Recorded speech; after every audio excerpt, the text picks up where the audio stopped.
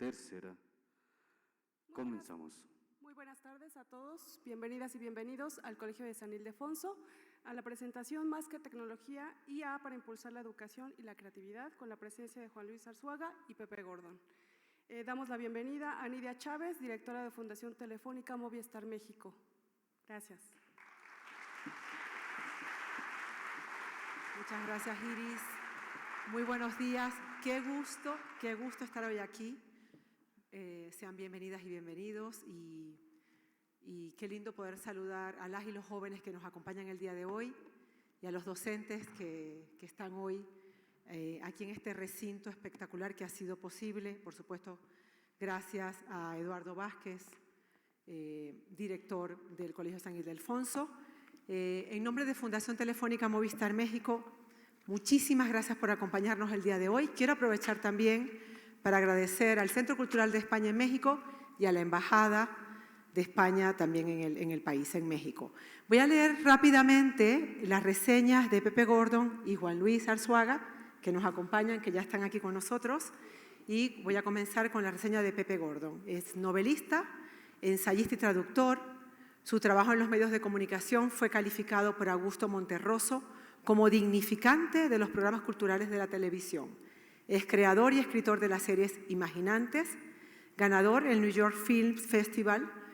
Desde 2007 conduce y dirige La Oveja Eléctrica, revista de ciencia y pensamiento del Canal 22. Voy a leer las reseñas que voy a leer van a ser muy breves para ganar tiempo, pero todas y todos conocemos, por supuesto, a Pepe Gordon y también a Juan Luis Arzuaga, quien es licenciado y doctor en Ciencias Biológicas y catedrático de Paleontología de la Universidad Complutense de Madrid. Es uno de los paleontólogos más destacados del mundo y el divulgador científico más importante de España. Codirector del equipo de investigaciones de Atapuerca y ha sido galardonado con el premio Princesa de Asturias, entre otros muchos. Para nosotros, en Fundación Telefónica, siempre es motivo de muchísima alegría cuando logramos que nos acompañen expertas, expertos, que tienen un mensaje muy potente que dar y nos sentimos todavía mejor cuando logramos convocar a jóvenes, como ha ocurrido el día de hoy. Y les comento que el día de ayer vi nuevamente una presentación de Juan Luis Arzuaga en el espacio de Fundación Telefónica en Madrid junto a Juan José Millas, presentando su último libro, que se denomina La conciencia contada por un sapiens a un neandertal. Y la vi buscando específicamente encontrar una frase que Juan Luis dijo en respuesta a una pregunta que le hacían del público. Y la voy a leer casi textual porque me parece no solamente inspiradora, sino que desde Fundación Telefónica Movistar México queremos ver el mundo así. Y Juan Luis decía: yo imagino un futuro, un mundo donde los seres humanos vivamos en justicia, libertad y fraternidad. No es tan complicado, dice él. Libertad, igualdad y fraternidad. 3 palabras que nos unen en un planeta maravilloso, respetando a las demás especies. El futuro será como acordemos que sea. Mi utopía, aunque no muy original, se basa en estos ideales. Lo que sí nos dice la ciencia es que no existe ninguna razón para que esa utopía no sea realizable. No hay ningún impedimento científico que nos indique que es imposible lograr esta utopía. Bienvenidas y bienvenidos, Juan Luis, Pepe, un abrazo.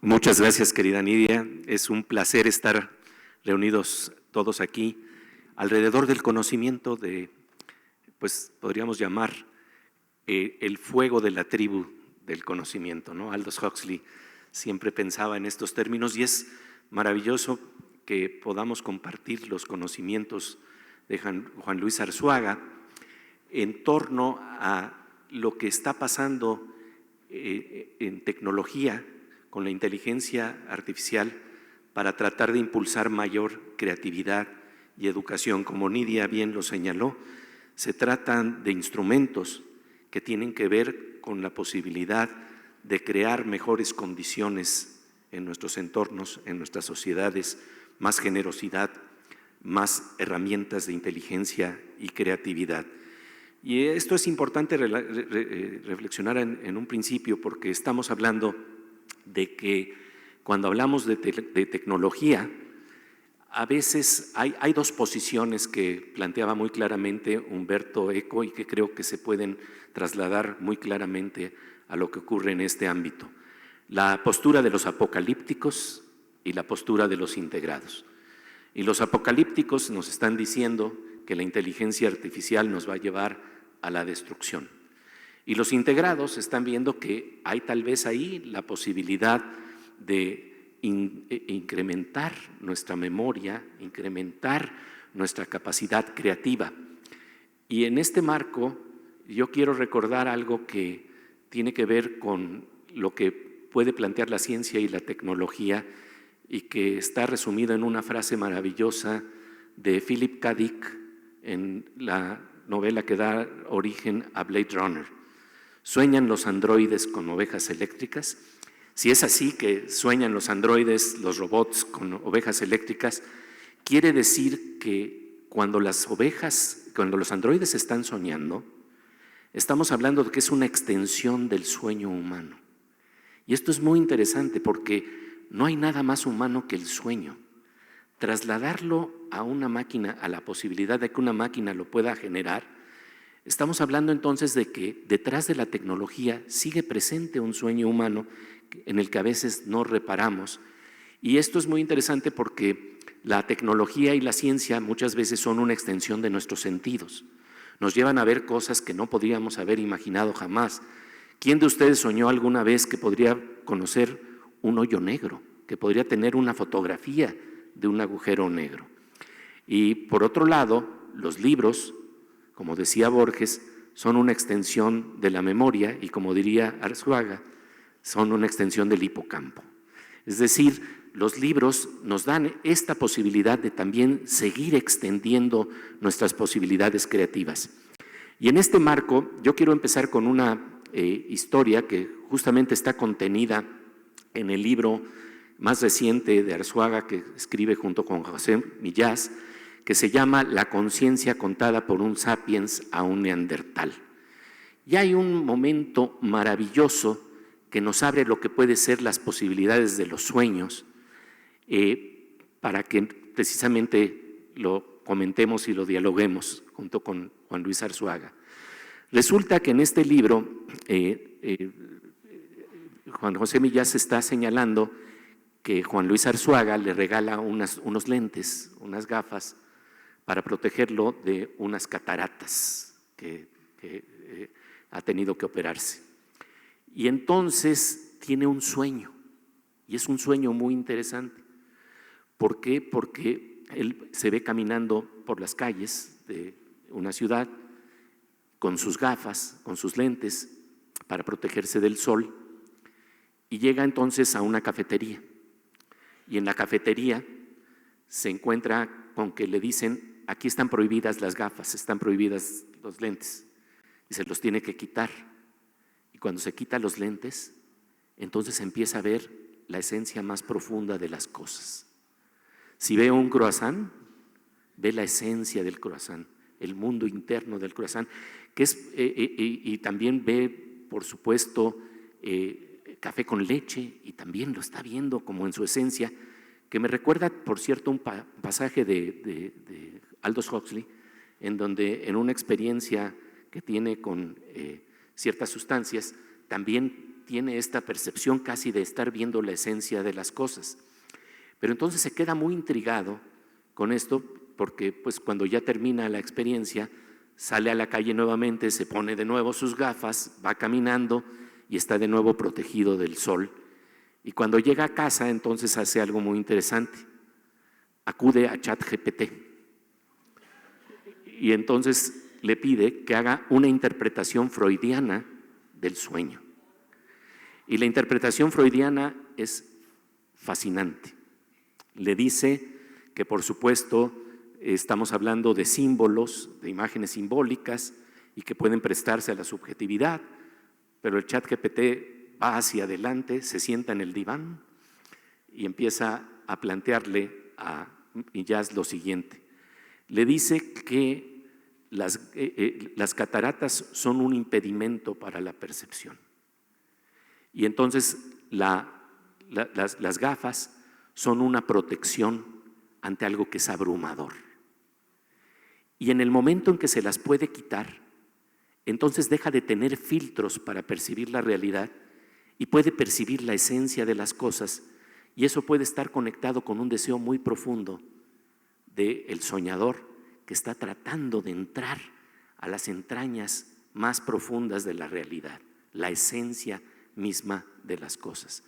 Pero claro, el problema es que, por supuesto, cuando ya termina toda esta experiencia y sale de nuevo a la calle, vuelve a su realidad normal en donde tiene que usar filtros, y entonces es algo ahí muy interesante porque están reunidas las dos posibilidades, la de tener filtros y la de saber que se ha tenido una experiencia, una vivencia que de alguna manera arroja la posibilidad de una visión más profunda de la vida. Hasta ahí vamos entonces de una manera muy interesante, y se queda tan impresionado que le escribe un correo electrónico a Juan Luis Arzuaga. Me imagino que fue correo electrónico, y entonces le explica que realmente esto ha sido impresionante, y le dice, es que la inteligencia artificial es muy lista. Y entonces hay una respuesta maravillosa que tiene que ver con la literatura, porque a veces se suele pensar que en estos libros la dinámica es que estamos hablando de un científico versus un experto en literatura, pero resulta que Juan Luis Arzuaga también es experto en literatura, y entonces le dejo a Juan Luis Arzuaga que nos diga qué le respondió en ese correo electrónico al ChatGPT, a la interpretación del ChatGPT que le dieron a Juan José Millás. Buenos días. Te voy a decepcionar porque no me acuerdo. Pero yo sí me acuerdo. Cuéntalo tú mejor. Bueno, lo que ocurrió fue muy interesante porque Juan Luis le habla de una novela en donde el terapeuta es la inteligencia artificial. Claro. Sí, Pórtico. Sí, claro. Efectivamente, hay una novela que se desarrolla en el futuro, en la que, en otro planeta, en la que, bueno, pues el protagonista, que tiene muchos problemas mentales, psicológicos, más que mentales, va al terapeuta para contarle, en fin, sus problemas y angustias. Y, por supuesto, el terapeuta es una máquina, es un programa. Y entonces el protagonista le está explicando sus conflictos, y en un momento determinado dice, bueno, pero hace una reflexión y dice, ¿qué sabrás tú de lo que yo pueda sentir si eres una máquina? Le dice, ¿no? Y el terapeuta digital le contesta, sí, pero no estamos aquí para hablar de mí, sino de tus problemas. ¿Qué es lo que te dicen todos los terapeutas? Porque cuando vas a un terapeuta, antes o después le acabas diciendo, pero a ti qué te importará todo esto, porque el terapeuta acostumbra a utilizar la última parte de tu frase y ponerla en interrogativa, ¿no? Como todo el mundo sabe, ¿no? Tú dices, iba yo y entonces me sentí inquieto. Y entonces el terapeuta dice, ¿se sintió inquieto? Entonces, llega un momento en el que le dices, bueno, pero ¿a ti qué te importan mis problemas o qué sabrás tú de lo que me pasa a mí? Y el terapeuta humano te contesta, sí, pero aquí no estamos para hablar de mis problemas, sino de los tuyos. De manera que lo que le quería decir es que nunca, en realidad, no hay ninguna forma de saber si el terapeuta es humano o no. Con una tecnología suficientemente desarrollada, pues nos podremos comunicar con él, a lo mejor online, a través del ordenador, porque en esta novela es una novela futurista de ciencia ficción, pero como tiene 30 años, ni siquiera imaginaba la posibilidad de que existiera la posibilidad de comunicarse pues, a través de Internet, ¿no? y de verse unos a otros. Aprovecho para decir que la ciencia ficción nunca acierta. Yo soy de la teoría de que jamás aciertan, nunca. Empezando por Julio Verne, del que se dice que había ya imaginado el futuro, nada, no acertó nada. Y en general siempre sucede. Bueno, pero volviendo al tema, ni tampoco creo que sea su función, pero volviendo al tema, ahora podríamos tranquilamente tener un terapeuta online, en línea, y no sabremos nunca si es humano o no. ¿Cómo saberlo? ¿No? O sea que a la pregunta de si las máquinas tienen conciencia y sentimientos, mi respuesta es, ¿cómo saberlo? ¿Cómo lo sé? ¿Cómo sé que vosotros tenéis sentimientos? Porque sois humanos, y ya está. Y supongo que sois como yo. Pero ¿cómo saberlo si no? Es decir, en el momento en el que no sepamos si la imagen, eso está al alcance de nada. Eso se puede conseguir ya. Lo que pasa es que a lo mejor no es lo bastante sencillo de manejar o como para que sustituya al humano, pero en el futuro, bueno, eso se puede hacer ya sin ver una imagen. Quiero decir, que tú puedes tener un profesor particular de idiomas con ChatGPT o cualquier otra aplicación. Tienes un profesor particular de matemáticas, de químicas, todo eso ya existe. No le vemos la cara porque no merece la pena o porque no ha resultado, bueno, porque no lo hemos propuesto, pero en breve pues tendremos un profesor de matemáticas. Y es lo que dice, tengo una amiga informática que dice que, hablando del algoritmo, me dice que el algoritmo es mi mejor amigo. Me dice, pero ¿por qué esta resistencia o esta desconfianza? El algoritmo nunca te traicionará. El algoritmo sabe mejor que tú lo que quieres, lo que necesitas. Te informa de las películas que te pueden interesar, te informa del calzado que puedes, en fin, que puedes necesitar o te puede gustar. Tu algoritmo te conoce mejor que tú mismo. Tu algoritmo es en realidad qué amigo tienes que sea tan fiel, dedicado, qué amigo humano, ¿no? Tu algoritmo es tu mejor amigo, te puede enseñar idiomas, te puede redactar un texto si lo necesitas, ¿no? Entonces, no desconfíes de tu algoritmo. Yo le digo, hombre, pero es que detrás del algoritmo puede haber unos intereses. Si el algoritmo no dependiera de otros intereses, quizá tenga razón. Pero entiendo, aprecio el mensaje, ¿no? A fin de cuentas, el algoritmo nos hace propuestas, simplemente, ¿no? No nos coacciona, no nos obliga. Nos dice simplemente que esas zapatillas de deporte que por su consejo y a sugerencia suya me compré, pues ya deben de estar gastadas porque el algoritmo sabe que ha pasado un tiempo prudencial suficiente y el algoritmo conoce con qué frecuencia yo utilizo las zapatillas y entonces sabe que seguramente ya necesite unas zapatillas nuevas y entonces me hace una oferta de zapatillas de deporte. Es decir, el algoritmo está a mi disposición. Nunca hemos tenido un criado tan dispuesto, ¿no? Bien, este es un punto de vista. No, y es muy interesante porque ahí están las posibilidades creativas que nos abren la inteligencia artificial, entre ellas el sueño de Borges de la Biblioteca Universal, en donde estamos teniendo la posibilidad de ver una cantidad de conocimiento, imágenes, y que el algoritmo incluso nos recomienda muy buenos libros. Si te gustó este tipo de libro, claro, a lo mejor te va a gustar este otro tipo de libro, porque se basa en lo que tú en el libro denominas Big Data, que es la gran cantidad de información que disponemos, que hace que la inteligencia artificial sea muy capaz para tratar con grandes cantidades de información que no puede de alguna manera decodificar tan rápidamente nuestro sistema nervioso. Esa es la ventaja. Pero esta era la inteligencia artificial Sí, antigua, exacto. especializada.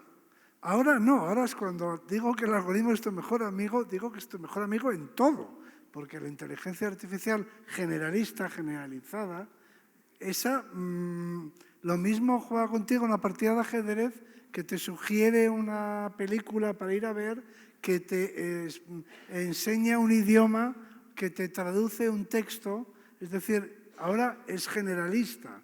Entonces se parece más, en ese sentido, A lo que a ya un estamos ser viviendo. humano. Sí, Claro. sí. Ahora, el problema entonces es cuando esa inteligencia demasiado lista, como le dice Juan José Millás, se puede tratar de usar para manipularnos. Voy a contar un caso muy interesante de Charles Duhigg, que estudia lo que se llama el problema de los hábitos y nos plantea que hay 4 estaciones en la vida en donde cambiamos radicalmente de hábitos, que tienen que ver con el nacimiento de un niño, con el que nos casamos, con el que cambiamos de profesión o que acontezca una muerte. Eso es lo que nos hace cambiar de hábitos, porque somos seres que estamos usualmente repitiendo patrones de hábitos y los solemos cambiar nada más en unas fechas muy especiales. Y en términos pues de manipulación de algoritmos, pues ahí es donde puede haber un problema. Él cuenta una historia muy interesante, porque resulta que ustedes ven que cuando vamos a estas tiendas de supermercados modernos, muchas veces nos dicen, inscríbete, ten esta tarjetita y con esta tarjetita vas a tener 5% de descuento. Lo que uno no se está dando cuenta es que está uno dando el perfil de compras que uno está haciendo en esa tienda, porque al estar registrado con la tarjeta, entonces estamos teniendo esos datos en forma general que cuando se examinan globalmente empiezan a dar unas tendencias muy interesantes. Y entonces, en base a ello, empezaron a hacer lo que le llaman en inglés flyers, que son hojas de propaganda que te llegan precisamente de esas casas comerciales. Claro. Y llega una en donde de repente a una niña de 13 años le están recomendando una serie de productos y le recomiendan unos productos para el embarazo. Y el papá, al ver lo que había pasado ahí, se enoja muchísimo y dice, ¿cómo le están mandando a mi hija este tipo de productos? ¿Qué está pasando aquí? Y entonces hay una gran disculpa que le pide el gerente de la tienda, pero a las 2 semanas el papá le habla de nuevo al gerente de la tienda y le dice, mi hija en efecto está embarazada. ¿Cómo le supo el algoritmo eso? Bueno, fue una cosa muy clara. Resulta que cuando hay el embarazo, cambia la posibilidad de oler los jabones. Sí. Y entonces en el embarazo hay un cambio de jabones, y al detectar eso, entonces le mandaron eso de una manera muy directa. ¿Qué podemos hacer ante ello? Pues la alfabetización digital, la alfabetización de nuestra inteligencia artificial. Exacto. Para saber que no tenemos que caer necesariamente en eso. Pero como bien dices, creo que hay unas posibilidades creativas maravillosas. Es interesante, pero nosotros, la respuesta ante eso, ¿no? A mí me gusta decir, yo soy de un pueblo, y esto es interesante para lo que voy a hacer a continuación. Y yo siempre digo que la inteligencia artificial no es nada comparada con lo que se sabe en mi pueblo. En mi pueblo sabemos todos sobre todos en tiempo real, al instante. O sea, la inteligencia artificial es una aprendiz, ¿no? Aprendiza en comparación con lo de mi pueblo. En mi pueblo se sabe quién está con quién en cada momento y qué le ha dicho en tiempo real. O sea que todavía, quiero decir que esa presión la hemos sentido desde que vivimos en sociedad, ¿no? Hemos sabido todos sobre todos. Ahora lo sabe no solamente lo sabe mis compañeros de trabajo y mi familia y los que me rodean, sino que ahora lo sabe más gente, pero seguramente que no tiene los intereses que tienen mis familiares. O dicho en otras palabras, yo prefiero que se entere de algunas cosas antes la inteligencia artificial que, no voy a decir mi mujer, pero alguien que no quieres que sepa, ¿no? Lo que has hecho, dónde has... Bueno, tu jefe, por ejemplo, ¿no? Imagínate que yo no he comunicado que me he venido a la Ciudad de México. Pues entonces a lo mejor no me gustaría que se enterase mi jefe, pero no me importa que se enteren los demás, ¿no? O sea que tampoco es tan nuevo eso del cotilleo, ¿no? La inteligencia artificial, el Big Data es muy cotilla. El chisme.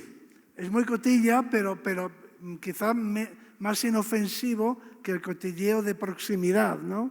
Pero bueno, iba a decir que una compañera nuestra y amiga, de aquí están Rebeca y Cristina, que luego os diré quién es, ha decidido convertirse en una salvaje contemporánea. De manera que no proporciona ningún dato a nadie.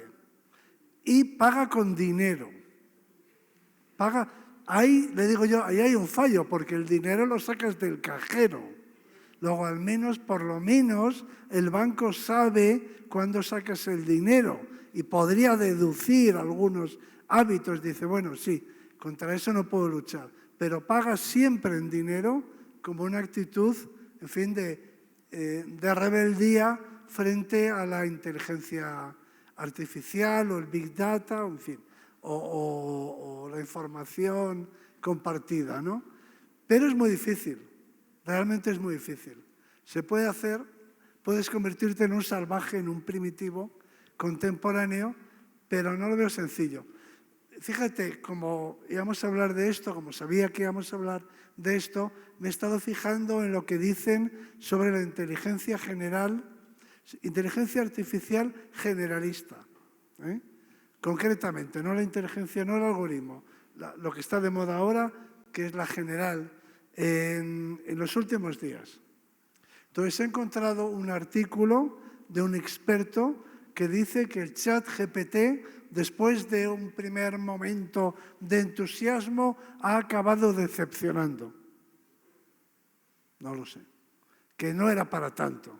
Que la gente ha dicho, bueno, pues sí, escribe y qué más da, no sé. O sea, quiero decir, algunos, parece que, según este experto, se ha producido una cierta ola de decepción ante lo que parecía que nos iba a transformar, y luego al final el resultado práctico no ha resultado, nunca mejor dicho, tan importante. Eso decía uno.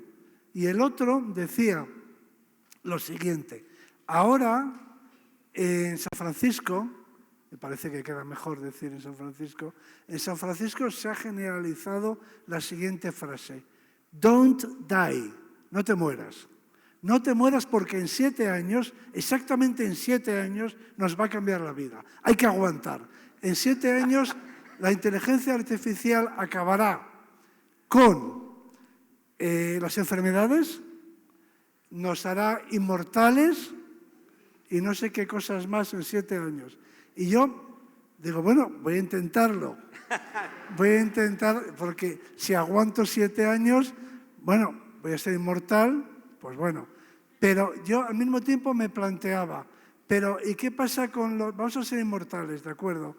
No vamos a tener enfermedades, vale. Vamos a disponer de toda clase de, lo que sea, ¿no? Acceso a la información, ¿de acuerdo? ¿Y qué pasa con el piso? En Europa hay un problema tremendo con la vivienda, con la compra de pisos. Yo digo, la inteligencia artificial del piso no dicen nada. Nos van a hacer inmortales, pero sin piso.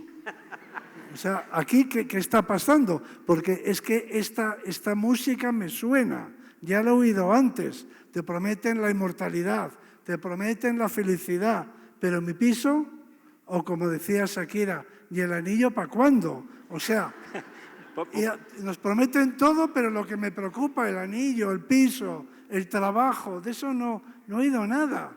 O sea, no se lee ninguna noticia, porque yo tengo ganas de leer: la inteligencia artificial en 7 años solucionará el problema de la vivienda.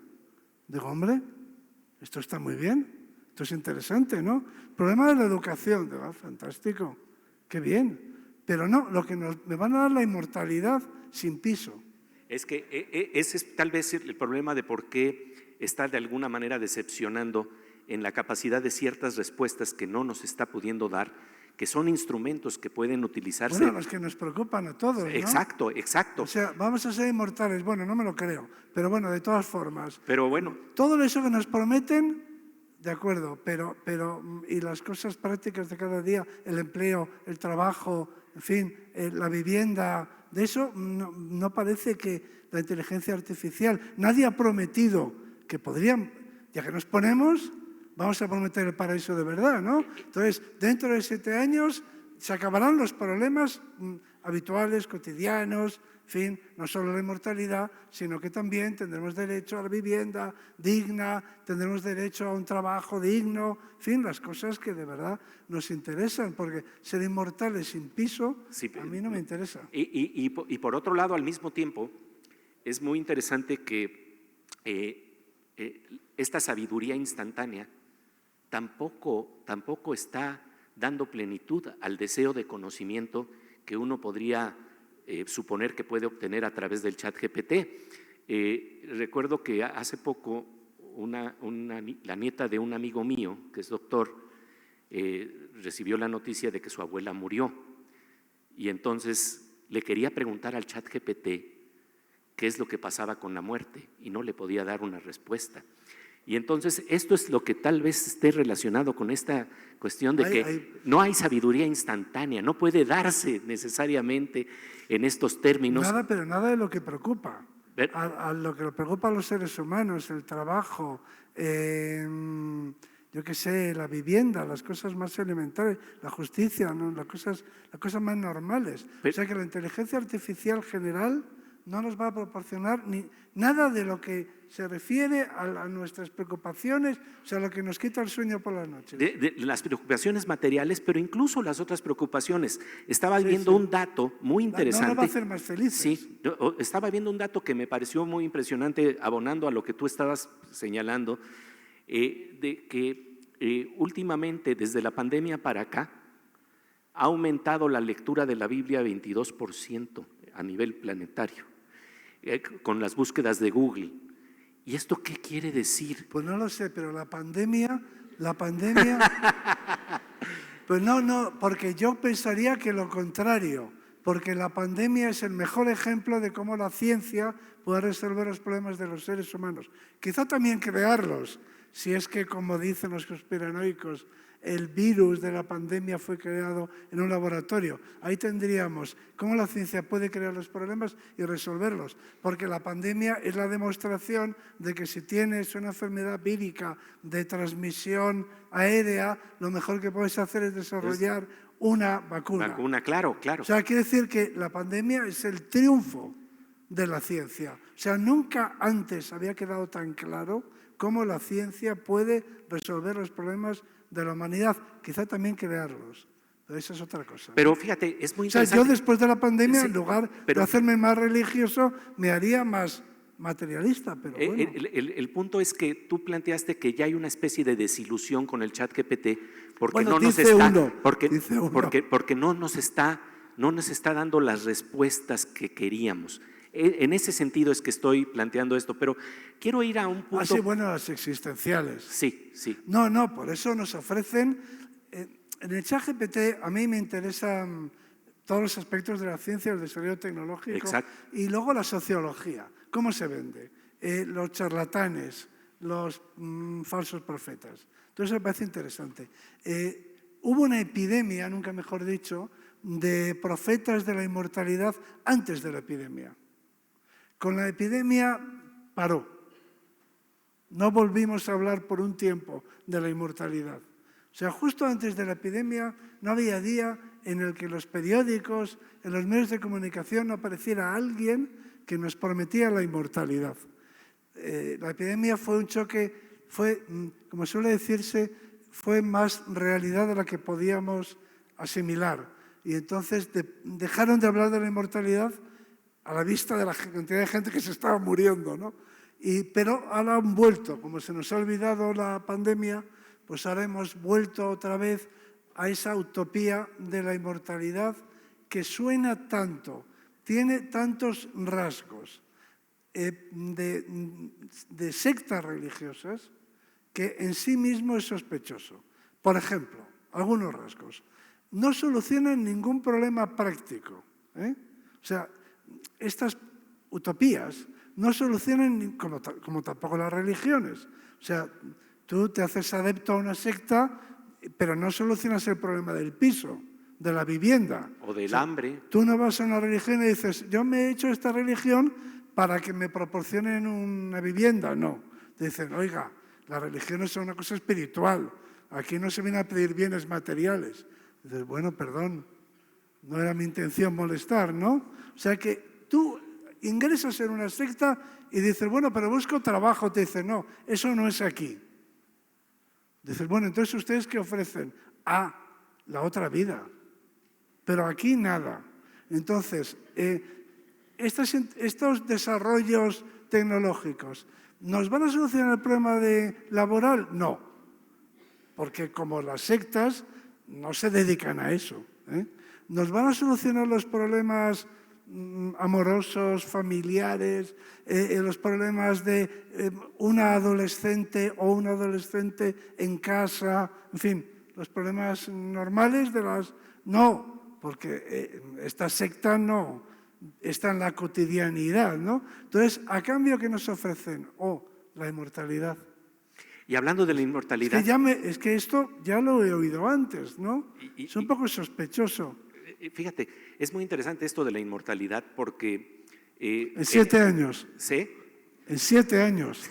Aguanta, Pepe. Aguanta 7 años, vamos a Aguanta, aguantar. Pepe. Bueno, de hecho, Juan Luis, eso es lo que están planteando precisamente en Silicon Valley, en donde se están desarrollando estas tecnologías de inteligencia artificial y hay el sueño de la inmortalidad. Pero tú sabes que Silicon lo más… Valley, pero eso es otro rasgo sectario. Te dicen, bueno, tú preguntas, bueno, ¿y esta secta o esta actividad, dónde puedo ir a verlo, dónde lo hacen? No, bueno, es que eso está en el Silicon Valley, o sea, hay un sitio ahí que no vas, que no lo puedes ver. Y ahora viene lo más interesante.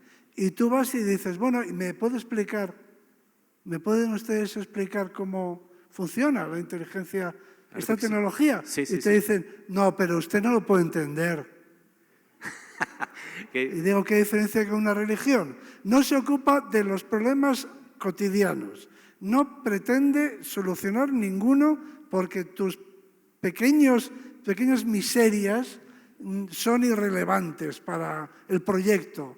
Te promete algo en 7 años, no para mañana, como es la inmortalidad.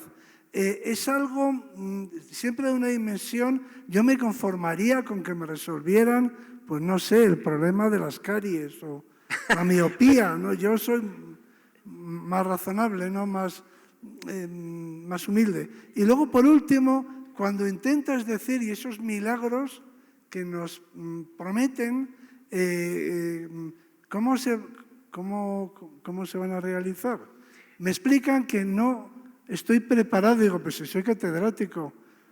Dicen, no, pero es que esto excede, es un misterio para ti, solamente algunos privilegiados pueden alcanzar. Confía. Mira… Digo, ¿es una religión? Es muy interesante que algunos de los empresarios que justamente están administrando Silicon Valley tienen el deseo de la inmortalidad. Toma, yo… Sí, y fíjate lo que es interesante, no se dan cuenta de que la inmortalidad que están buscando a través de inteligencia artificial para saber qué tipo de químicos pueden hacer que el cuerpo se preserve durante más tiempo, puede ser rota inmediatamente por un camión que te arrolla cuando sales a la calle y eso se llama amortalidad. Amortalidad. Y ese es el problema, que tienen estos deseos y que al final del día, lo que me parece muy interesante que está pasando en este marco, es que hay algunos personajes que están preocupados precisamente con el problema de cómo se cura esa inteligencia artificial. Es decir, estamos hablando de una curaduría, estamos hablando de una base de datos. ¿Qué tipo de base de datos tomas? Y en este marco hay un experto en inteligencia artificial que se llama Mo Gaudat, que en muchos años estuvo trabajando en Google, que decía que el problema es que si tenemos una base de datos que reproduce las pulsiones de egoísmo y todo esto de lo que estamos hablando el día de hoy, pues lo que te va a responder cuando dices ¿qué hacemos con el ser humano? Pues hay que matarlos a todos. Esa es la respuesta que podría dar la inteligencia artificial si está curada con base a una información, una minería de datos que rescata todas las pulsiones del ser humano sin ser de alguna manera filtradas.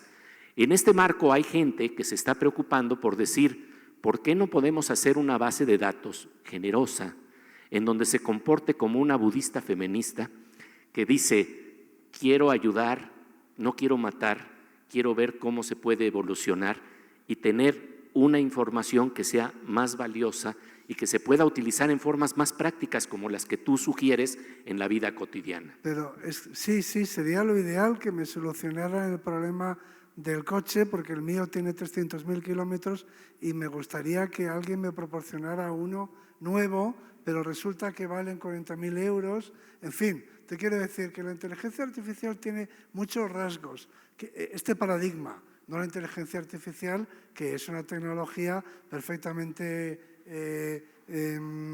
científica y útil, súper útil, y en la que yo creo, o sea, no estoy hablando de la inteligencia artificial en el sentido de que no sea útil, ni mucho menos. Creo que es súper útil. Voy a poner un ejemplo.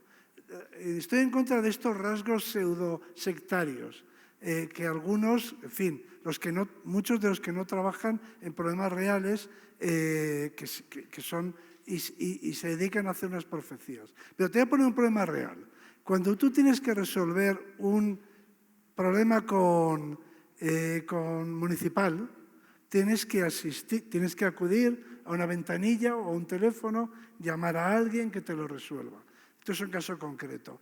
En Granada están desarrollando un equipo de informático, unas técnicas y un software para solucionar el problema de la atención al cliente. Es decir, imagínate que tú puedes llamar a cualquier hora al ayuntamiento para que te resuelva cualquier problema y que haya tantas líneas de comunicación como habitantes, ¿eh? O sea, sin ninguna limitación, puedas hablar con alguien que te parecerá humano, pero que sea inteligencia artificial, para consultarle cualquier problema a cualquier hora del día y sin ninguna demora.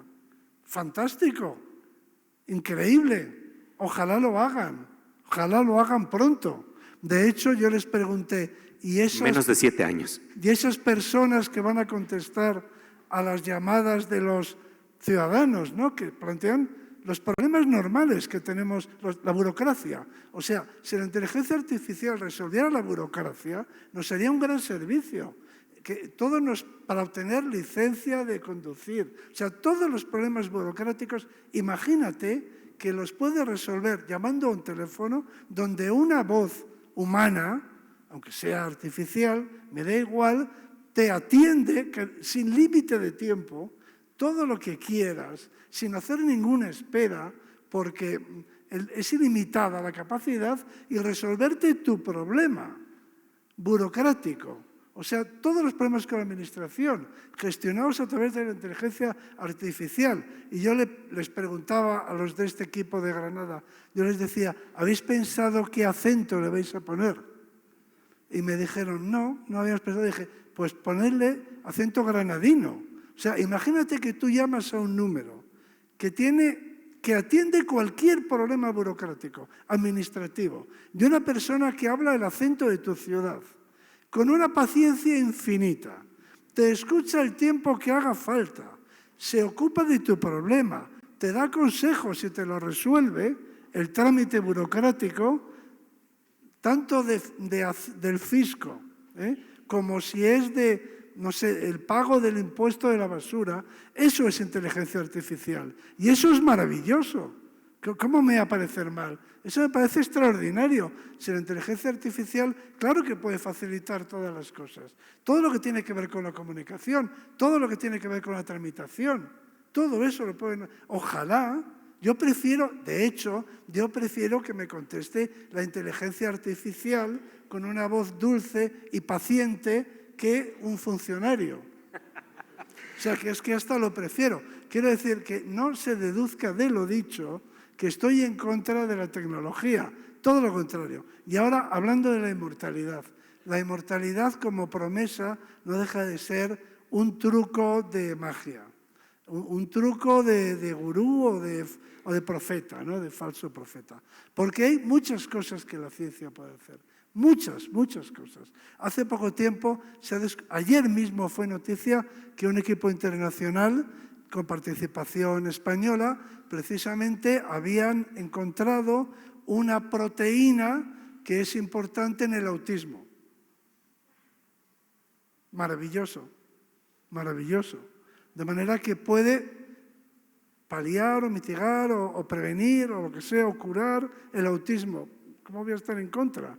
Yo siempre lo digo, la mayor parte de mis compañeros de promoción y de trabajo, hace solo una generación, estarían ciegos e inválidos.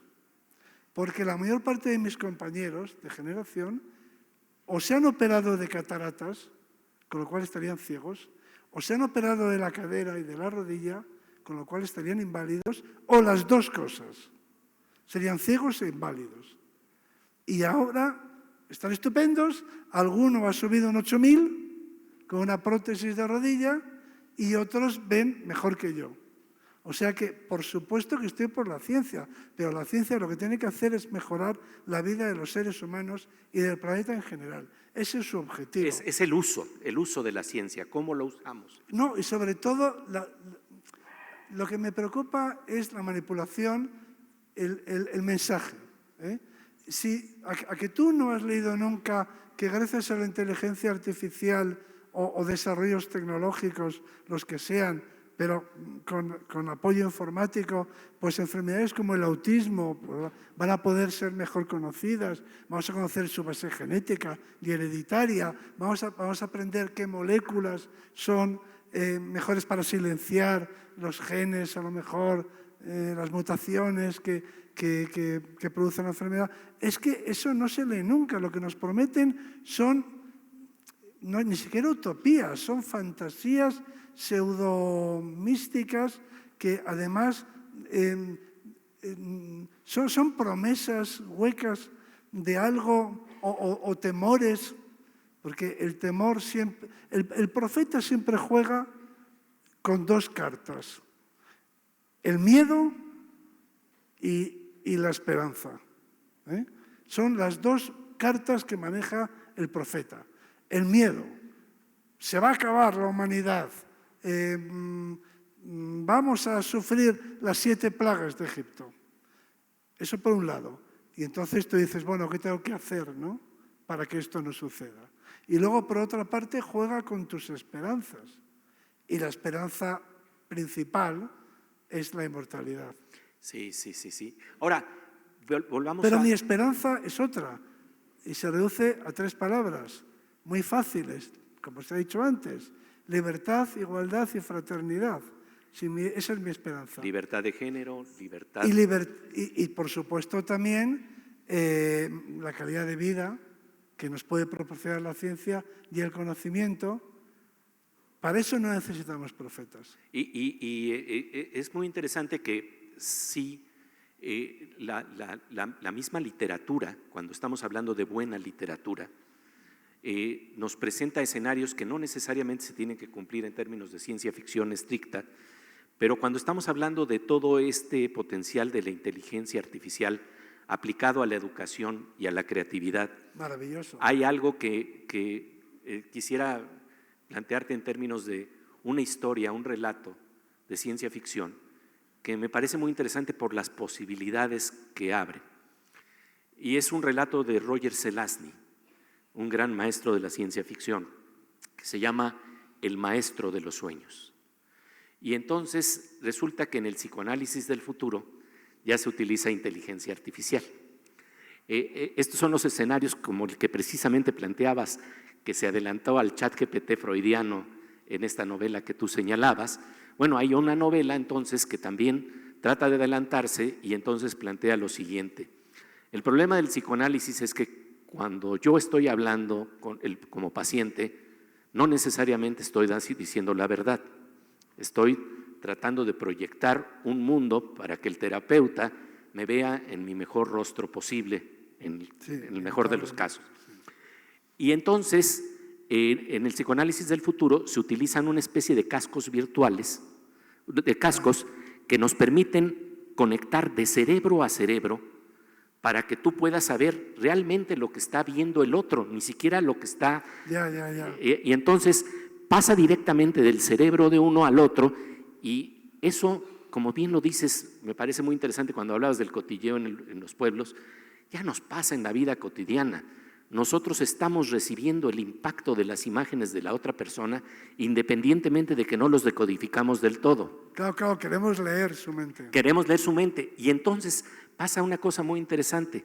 Hay una mujer que es ciega y que está teniendo el tratamiento con el doctor, y es tan impresionante que, porque pues es ese tipo de psicoanálisis en donde yo estoy viendo, imagínense que estemos ahorita todos conectados con esos cascos. Entonces, pues es un poquito terrible porque estoy viendo realmente lo que estás pensando.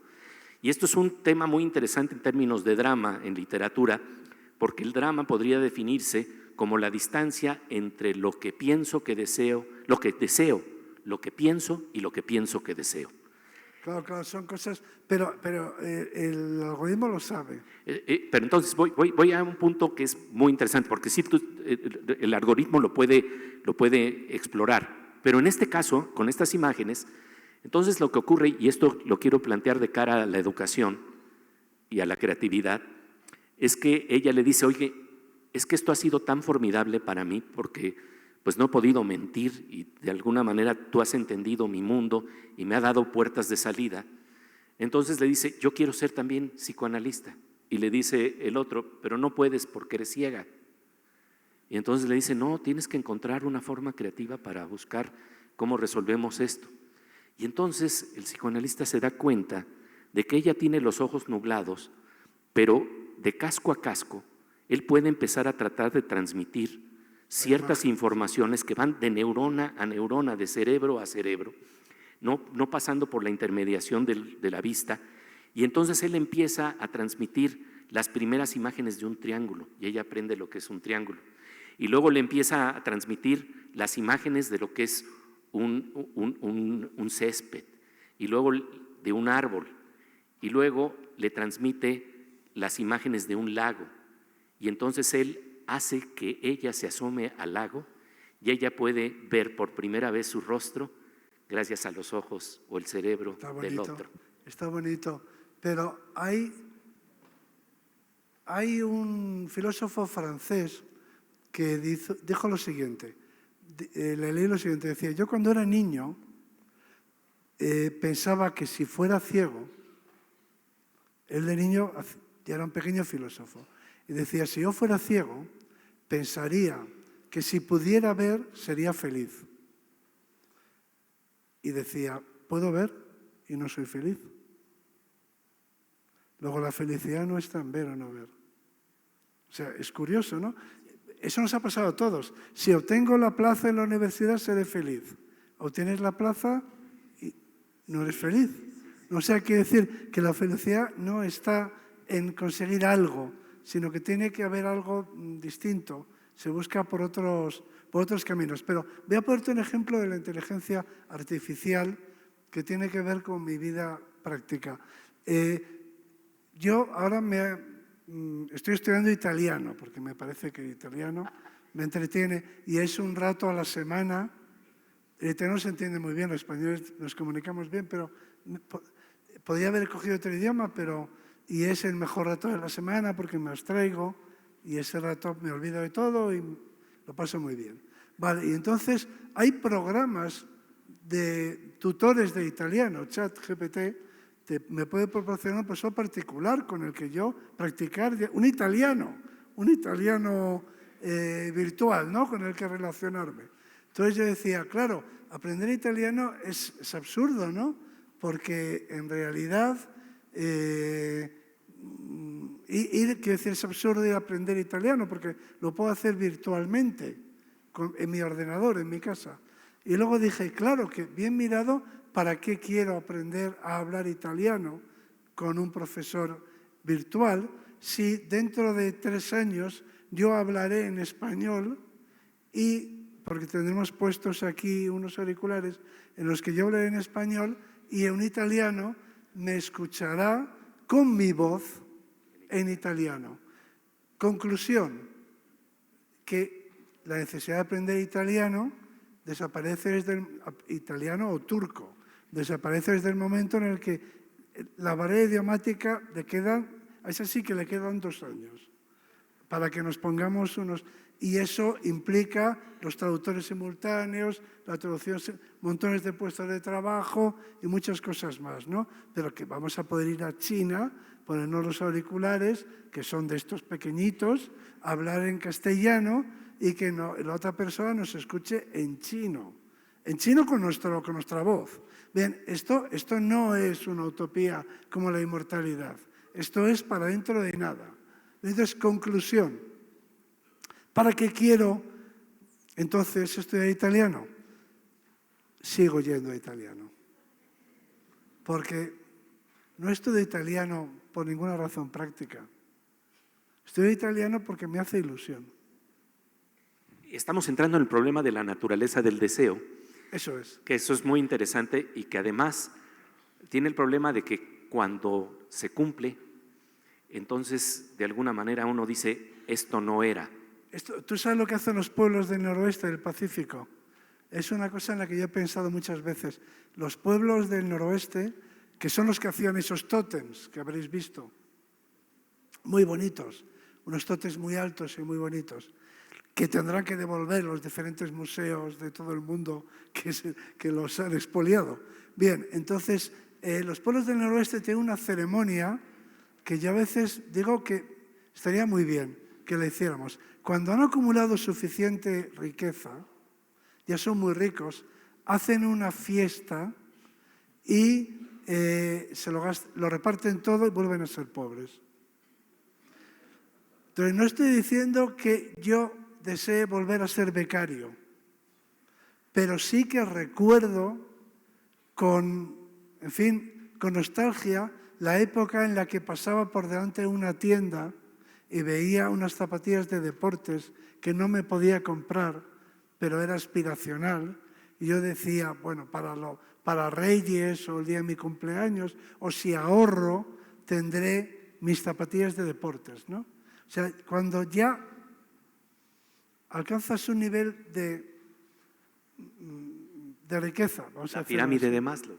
Entonces ya has perdido la ilusión por obtener algo, ¿no?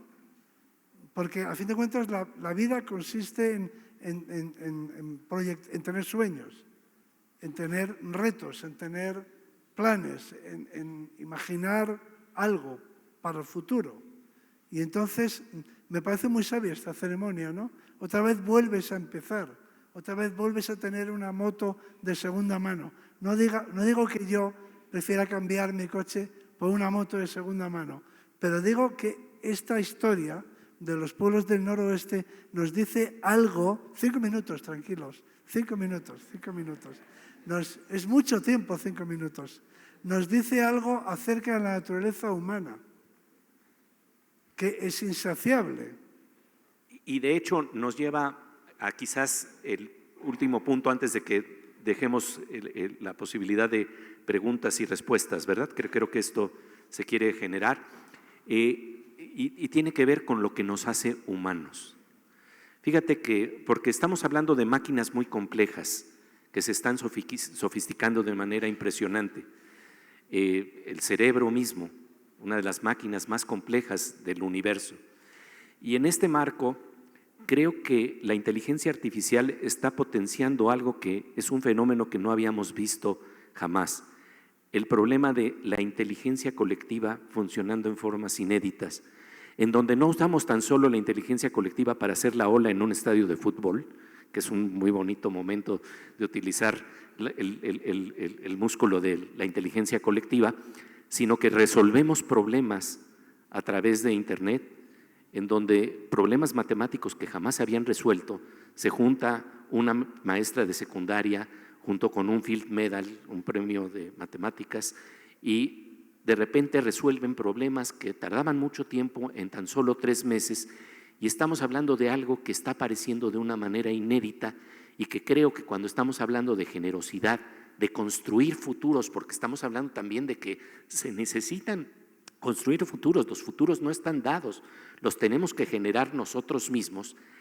Esta idea de la inteligencia colectiva funcionando generosamente con herramientas que antes no teníamos. Por ejemplo, ¿qué hubiera pasado si Einstein y Niels Bohr hubieran podido chatear en vez de esperar cartas cada 5 meses?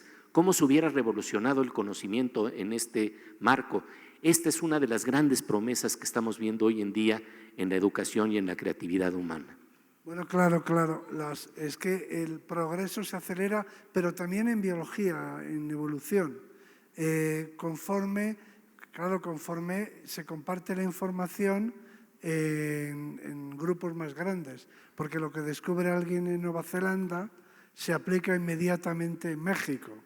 Claro, eso no tiene nada que ver con sociedades más pequeñas y cerradas, donde, de hecho, la aceleración tecnológica es consecuencia directa de la globalización, ¿no? Al haber más gente comunicada, pues se ha acelerado el desarrollo tecnológico. Es una relación directa. Las vacunas mismas, antes tardaban 10 años en generarse y en la pandemia tardó un solo año, gracias a la gran comunicación que se dio. Cualquier tecnología avanza mucho más deprisa porque las innovaciones, cualquier innovación, porque la innovación llega mucho antes y como es acumulativo, una innovación se extiende, si es útil, y a alguien en alguna parte del planeta se le ocurre un desarrollo de esa innovación que es inmediatamente compartido por todo el planeta, y en otra esquina del planeta alguien se le ocurre otra innovación que al momento se transfiere. O sea que la aceleración tecnológica es resultado directo de la intercomunicación. O sea que ese es un aspecto muy positivo de la globalización, no cabe duda. ¿Verdad? Y también incluso en términos de uso de arte de manera colectiva. Fíjate que a mí siempre me ha interesado mucho el problema de los cadáveres exquisitos, que así se llaman, poemas colectivos, porque donde no está faltándome la imaginación, donde ya mi vocabulario está cerrado y ya no tengo referentes, entra el corazón de otra persona con otra palabra que realmente hace que el poema se vuelva inédito y no esté siempre en el mismo cartabón. Entonces estamos hablando de algo que está también moviéndose en el problema de las alas del deseo, las alas de la comunión que a veces se da gracias al arte. Pues sin embargo la tecnología ha mejorado, ha evolucionado a una gran velocidad y desde luego tenemos mucha más tecnología que en el siglo XVII, no cabe duda, y en el siglo XVII mucha más tecnología. O sea, la evolución tecnológica es exponencial y hay progreso tecnológico, pero sin embargo diríamos que hay progreso espiritual o progreso artístico, es decir, pintamos mejor que Caravaggio, escribimos mejor que Sófocles o que Cervantes. Es muy curioso que lo único en lo que no hay progreso, la única producción humana en la que no hay progreso, esto lo comentaba precisamente en la Feria del Libro de Guadalajara, y una escritora que había ahí dijo, bueno, es que la función del arte no es mejorar a los anteriores, sino explicar la realidad de cada tiempo, de cada época. Digo, sí, de acuerdo, pero no deja de ser curioso que mientras que en la tecnología hemos avanzado a tal velocidad, en el arte no hemos superado Altamira. Y ahí estamos con este problema tan interesante entonces de ver cómo podemos ser creadores y recreadores de arte de una manera más inteligente y creativa. Hay una historia que me parece muy interesante en este marco, que tiene que ver con Salvador Elizondo, un gran novelista, escritor mexicano, que tiene un cuento que se llama El Anapolletrón. Y el anapolletrón es un aparato, de acuerdo con él, viene de la raíz griega anapoiesis, que quiere decir recreación. Poiesis, creación, anapoiesis, recreación. Y entonces él lo que dice es que hay un pulso de inteligencia y creatividad que está presente en los poemas del pasado, que cuando nosotros lo recibimos también nos da un pulso. Hay cierta emoción que se está recreando a partir de algo que se generó en el pasado. Y entonces él tenía una máquina que era el anapolletrón que traducía esa energía de nuevo para volverse a recrear. Y entonces decía de manera muy humorosa, llena de humor, que unos cuantos versos de Dante en la Divina Comedia servirían para mantener la fábrica de la Fiat durante 100 años. Pero el problema entonces es que, como nunca, también estamos teniendo la posibilidad de colisionar ideas, no nada más tecnología, de que de repente el pulso del pensamiento y la emoción de un buen artista llegue a nosotros. Y hay una buena noticia en este marco. No todos tenemos que ser Caravaggio, no todos tenemos que ser el creador, pero sí podemos ser el recreador. Por supuesto, por supuesto. Y eso es, pero ahí no veo ningún papel a la inteligencia artificial más allá del de, bueno, facilitar La circulación de la las circulación, sí. Pero el mensaje no era que no vayamos, o sí, o la inteligencia, no se trata de competir con la inteligencia artificial en creatividad artística. A lo que me refiero es que el ser humano es el que no ha cambiado. Nos seguimos emocionando con Homero y su viaje a Ítaca. Y el viaje a Ítaca de Cavafis es tan emocionante como el viaje a Ítaca de la Odisea. Es decir, que hay una cosa que permanece y es el ser humano. El ser humano de hoy entiende perfectamente al pintor de Altamira, porque somos los mismos. Y entiende a Homero en el 800 a.C., pero también entiende a Cavafis en el siglo XIX, haciendo un poema sobre esa misma historia, ¿no? Exacto. Somos los mismos y permanecemos los mismos con nuestros temores, nuestros sueños, nuestras preocupaciones, nuestras ilusiones, y al menos ahí tenemos un punto, un lugar en el que asentarnos, ¿no? O sea, la naturaleza, el ser humano es el mismo y tenemos algo sólido. En un mundo cambiante hay algo permanente y que merece la pena. Ese pulso de belleza, ese pulso de creatividad, ese pulso de inteligencia e imaginación que a lo mejor circula más fácilmente gracias precisamente a los instrumentos que tenemos de inteligencia artificial, porque la inteligencia artificial nos dice: si tienes esta inquietud, lea Cavafis. Yo, si acaba con la burocracia y la inteligencia artificial, Ya con eso estaré estás. muy agradecido. De momento me llegan puntualmente todas las multas de tráfico. Ahora me gustaría que con el mismo entusiasmo, rigor y dedicación atendieran mis demandas. Así Porque es. hay una asimetría entre la inteligencia artificial cuando la utiliza la administración contra mí y la inteligencia artificial cuando yo la requiero para que me ayude a relacionarme con la administración. Eso es. Yo creo que el día de hoy lo que hemos estado viendo entonces es cómo esta educación y creatividad del futuro puede de alguna manera alimentarse de esta inteligencia artificial. Pero, ¿qué les parece si abrimos el espacio para que puedan darse preguntas que les pido que sean breves, no grandes comentarios, sino preguntas puntuales? Sean breves, para aprovechar la presencia sean de Juan breves Luis porque Arzuaga. las respuestas serán largas.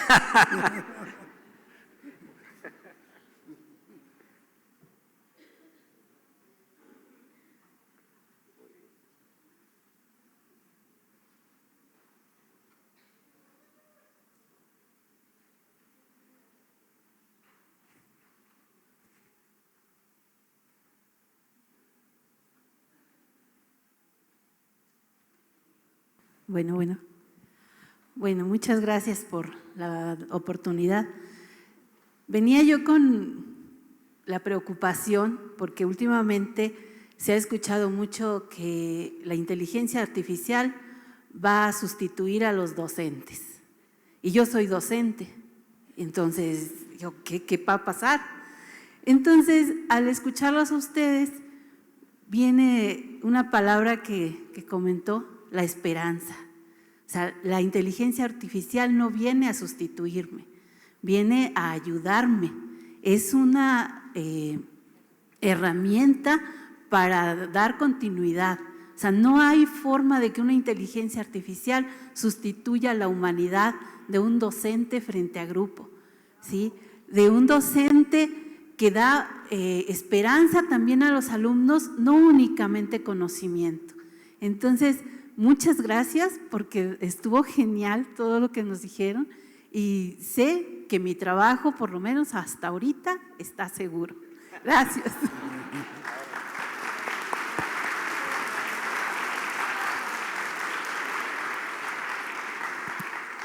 No, claro, eso sí, en el mercado laboral sí va a haber cambios, pero como los ha habido siempre, y entonces unas profesiones tendrán un desarrollo mayor que otros, en fin. Pero no hay que preocuparse. Eso no debería ser una preocupación, porque la mente humana es de una adaptabilidad. Nos adaptamos tan rápidamente a todo que no nos damos cuenta de que nos adaptamos. Por ejemplo, yo antes venía a México con un fajo de billetes. Ahora no he pagado en moneda en todo el tiempo que llevo aquí. Pero no me sorprende. Tengo una hija que vive en Londres que dice que la última vez que utilizó un billete fue hace 7 años. O sea, quiere decir, es que ha desaparecido la moneda, pero no la moneda física, la moneda del país. O sea, yo ni pregunto este país qué moneda tiene. Saco el plástico, saco el móvil y pago. O sea, es que me da igual que le llamen pesos, dirhams, me da lo mismo el nombre que le den a la moneda local, porque es que ni siquiera la veo. Bueno, ¿eso nos ha supuesto algún esfuerzo mental? Cero. Cero. Llegamos, sacamos la tarjeta y pagamos. Ha desaparecido el dinero, nos da lo mismo. O sea, los profetas, siempre ha habido profetas, los que decían que nos iban a el desarrollo tecnológico nos iba a superar. De manera que no íbamos a ser capaces de manejarnos simplemente en el mundo normal, práctico, diario, conforme la tecnología se desarrollara. Bueno, todo el mundo utiliza un móvil, todo el mundo utiliza un navegador, nadie utiliza dinero y hablo con mi primo de Australia. O sea, ¿hemos tenido algún problema mental para asimilar todo ese desarrollo tecnológico? Ninguno, cero. Nos ponemos el ordenador, nada, ninguno. O sea que, lo primero que tiene que hacer el científico, en fin, o el filósofo, no lo sé, es primero eliminar los terrores y los temores infundados que algunos intentan utilizar siempre como herramienta de control. No pasa nada. No pasa nada en cuanto a la adaptación. Somos tan adaptables y nos gusta tanto el cambio a los seres humanos que nos adaptaremos. Si eso no, el problema no es ese. El problema no es que vayan a cambiar. Pues claro, la traducción simultánea cambiará, sin duda. Por ejemplo, seguramente desaparecerán los conductores. Seguramente. Seguramente los coches conducirán, o sea, circularán por inteligencia artificial. Pues sí. Entonces, lo que hay que desterrar es el temor a la tecnología, porque los seres humanos somos asombrosamente adaptables y no vamos a tener ningún problema. Y lo otro son problemas laborales y de redistribución de la riqueza que no tienen que ver con la tecnología.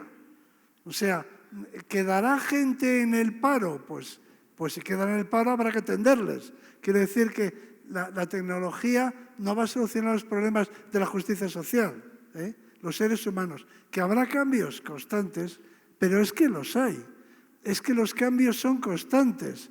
Con la pandemia cambió el modelo de educación universitaria. Yo que tengo responsabilidades en un museo, ahora me tengo que preguntar qué es un museo. ¿Qué es un museo? ¿Qué va a ser? Toda la tecnología, toda la museografía ha cambiado, toda. Los museos que están hechos con tecnología de hace 10 años nos parecen viejos. O sea, tenemos que cambiar todo, continuamente. Pero yo digo, primero, no pasa nada. El cerebro asimila esto y mucho más. No tenemos todo el mundo se acostumbra al momento a todo. No tenéis más que repasar en el curso de vuestras vidas. Si hemos pasado de echar monedas, se han desaparecido las cabinas de teléfonos. En Blade Runner, el protagonista va a una cabina con monedas para hablar por teléfono. No ha ocurrido nada. Vamos a un cajero y sale el dinero. Ahora ya ha desaparecido hasta el cajero. No pasa nada. En lo tecnológico no pasa nada. Entonces, ese temor debe desaparecer. ¿Que la vida cambiará? Pues claro, sin duda. Y las profesiones también, sin duda. Yo termino. Yo me relaciono con mi nieto que vive en el extranjero por el móvil, ¿no? Entonces, mi nieto me saluda, hola, abuelo, ¿no? Y entonces, hola, ¿qué tal? Y entonces, yo me preguntaba, ¿qué pensará mi nieto de verme en el móvil? ¿Sabéis lo que piensa? Nada, no piensa nada. Dice, aquí está mi abuelo, no piensa nada, nada. Es natural en él, dice, pues veo a mi abuelo a través del móvil, no está pensando, vaya, una tecnología que me permite ver, asombroso. No, me saluda y hablamos. Así es como el ser humano asimila la tecnología. Los problemas son otros, los problemas son los de los humanos, la injusticia, la discriminación, esos son los problemas. La tecnología es neutra. Sí, y estamos hablando del problema final del día de la construcción de los futuros, que nos corresponde a nosotros y que de alguna suerte también tiene que ver con lo que podemos imaginar, de qué forma podemos utilizar esa tecnología. Fíjense que, claro, si no tenemos este alfabetismo de inteligencia artificial, entonces sí podríamos no ver cuándo nos estamos manipulando a través de algoritmos, pero cuando tenemos más educación, sabemos que no es fatal que las inteligencias artificiales tengan que decidir por nosotros cosas que son esenciales para nosotros en términos de libertad, fraternidad e igualdad. Y en este marco nada más recuerdo que aunque las computadoras pueden tener mecanismos para tratar de protegerse y que no ser desconectadas, las podemos desenchufar. Esto me recuerda una imagen de Indiana Jones, no sé si se acuerdan, una película en la que hay un personaje que sale con una cimitarra amenazante y Indiana Jones saca la pistola y lo mata. Es decir, cuando tengamos esta cimitarra de la tecnología y de la inteligencia artificial, nosotros podemos también desenchufar, tener mayor conocimiento y conciencia de lo que implican estas herramientas y qué les permitimos hacer y qué no les vamos a permitir hacer. Están para nuestro provecho, para nuestro auxilio. Creo que queda tiempo para una pregunta más. Sí. Hola, buenas tardes. Yo tengo una pregunta con referente también, igual soy docente, ¿no? ¿Cuál es su visión de la educación con referente a sus principios que maneja, ¿no? Que son 3? Y con respecto también a que, dada la tecnología tan avanzada y tan rápido, y viendo las nuevas generaciones que todo lo quieren tan pronto, ¿no? Digo, por eso existe el TikTok, ¿no? Información en menos de 3 minutos. Antes existía en menos de 1 minuto. Pero ¿qué tipo de información? Porque información existe tan perversa, tan mala, así como tan buena y de calidad. Y que nosotros como docentes les tratamos de hacer esa diferencia que existe entre el mundo de la información. Pero a mí me gustaría escuchar su visión con referente ya a toda lo que usted ya conoce y ha visto trascender, ¿no? Porque a usted le tocó una generación como a mí, cuando empezaron los microprocesadores, cuando empezaba la tecnología, cuando le teníamos, bueno, que los maestros decían, no ocupes la calculadora porque entonces la de acá arriba ya no la vas a ocupar, ¿no? Así es. Entonces ahora existe exactamente lo mismo, ¿no? Con la inteligencia artificial y el paso de la educación ha sido menor al avance tecnológico. Nada, cero. Porque hay una ley de Arthur Clarke, un escritor de ciencia ficción que era físico de formación, que decía cualquier tecnología suficientemente madura es indistinguible de la magia. O sea, cuando tú te pongas un aparatito aquí y vayas a China y vayas a la tienda o vayas a comer y pidas la comida y te conteste el chino y lo entiendas, pues vas a tardar 30 segundos en adaptarte. O sea, fíjate que es el gran problema de Babel. La Torre de Babel, el gran problema de la humanidad fue la Torre de Babel. Eso ya está solucionado. Solamente falta implementar, es una cuestión puramente de mercado, el que eso se implemente, que sea rentable, nada más. Pero el problema de la Torre de Babel y la confusión de las lenguas se ha terminado. ¿Cuánto tiempo vamos a tardar en acostumbrarnos a eso? ¿30 segundos? O sea, lo que tarde en ponerme el aparato y hablar con un chino y que me conteste, al minuto ya me parecerá normal. O sea que ese problema no existe. Los problemas y la educación que haremos, no lo sé. No lo sé, pero yo, de hecho, me quejo de que no utilizamos suficientemente la tecnología. Por ejemplo, en clase, yo doy clase presencial. Bien, todavía en clase seguimos diciendo, y en México hay unas pirámides, o la Ciudad de México, y ahí está el Zócalo, y pongo una diapositiva. No, si puedes viajar con Google Earth, vete a la Ciudad de México, vete a la Acrópolis de Atenas. O sea, tú puedes viajar a la Acrópolis de Atenas con una resolución de 1 metro, estás viendo las cariátides, puedes ir a cualquier lugar del planeta con Google Earth. O sea, ¿en qué va a cambiar la educación? Pues que en lugar de ponerles una foto, o un libro con una foto, o un libro sin una foto para explicar la Acrópolis de Atenas, ahora tenemos la posibilidad que no usamos, en la universidad por lo menos, de explicar la Acrópolis de Atenas estando en la Acrópolis de Atenas. Es decir, nos adaptaremos. La educación, los problemas de la humanidad, el gordo de verdad, el gordo, el gigante, es que cada generación consume mucha más energía que la anterior. Infinitamente más energía que la anterior. O sea que esta escalada nos lleva de verdad al despeñadero. O sea, no es posible que cada generación consuma 10, 100 veces más energía que la generación anterior. La inteligencia artificial consume muchísima energía, porque los supercomputadores que producen inteligencia artificial generalista o general son computadores que tienen una enorme demanda de energía.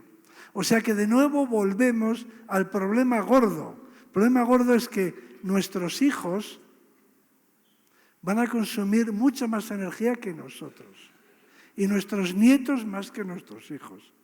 Y eso es un problema muy gordo, porque la energía de este planeta es limitada, los recursos naturales, sean agua, los que sean, son limitados, y aquí nos vamos a enfrentar con un muro. Aquí hay un precipicio. O sea, de alguna forma que nadie sabe cuál es, tenemos que detener no el uso de los combustibles fósiles, que eso es parte del problema, pero no es el problema. El problema no son los combustibles fósiles, el problema es la energía que necesitamos para la que recurrimos a quemar combustibles fósiles y más cosas. Estamos en un consumo de energía y materiales y recursos. Acelerado, que francamente es realmente aterrador, porque con toda la energía que consumimos ahora, imagínate que tus hijos y los míos consuman 10 veces más y nuestros nietos 100 veces más. Energía. ¿Qué va a pasar? O sea, hay que detener ese consumo de energía. Pero toda la tecnología que desarrollamos demanda energía y más energía y más energía y más energía. Y el problema de la energía, de los límites de la energía, es el gran problema. Y de cara a la educación, volvemos a algo que señalamos al principio de este diálogo, de esta magnífica conversación con Juan Luis Arzuaga.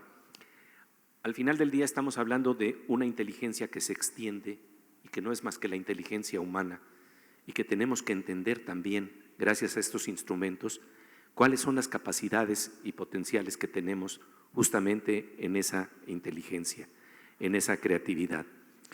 Y lo que nos queda muy claro es que, como decía Carlos Fuentes, destruimos al otro cuando somos incapaces de imaginarlo. Porque bien podemos tener herramientas de inteligencia artificial que pueden ser maravillosas para ir más allá de la Torre de Babel, pero ir más allá de la Torre de Babel implica entender la mentalidad que está detrás de un lenguaje, y eso implica neuronas de empatía, eso implica el proceso más profundo que se puede dar en la educación, que yo lo resumo con unas palabras de Elie Wiesel, que decía que no hay un instante más importante en la educación que ese momento invisible pero real, en donde se enciende el ojo de una niña o un niño porque ha entendido un trozo de conocimiento, un trozo de belleza.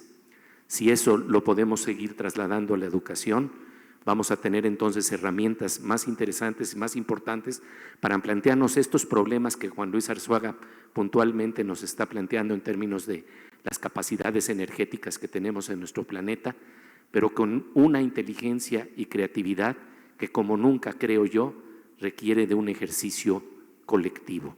Y con esto, pues, no queda más que darle profundamente las gracias a la presencia de Juan Luis Arzuaga aquí en este espacio.